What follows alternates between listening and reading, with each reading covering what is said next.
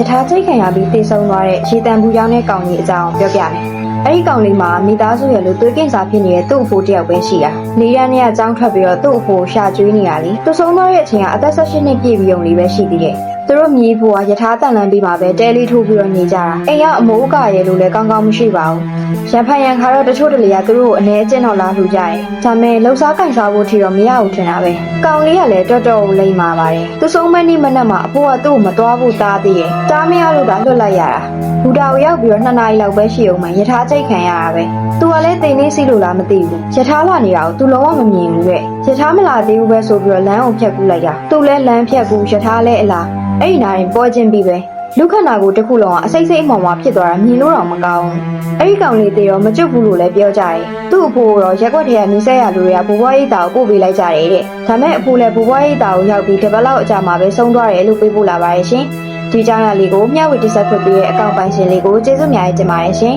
ဗီဒီယိုလေးတွေကို TikTok အပြင် YouTube Telegram မှာလည်းကြည့်ရှုနိုင်ပါတယ် Telegram ရဲ့ link ကို bio မှာချပေးထားသလို YouTube link ကိုတော့ Telegram မှာပင်ထောက်ပေးထားတဲ့ link ကနေတစ်ဆင့်ဝင်ရောက်ပြီးတော့အားပေးကြည့်ရှုနိုင်ပါတယ်ရှင်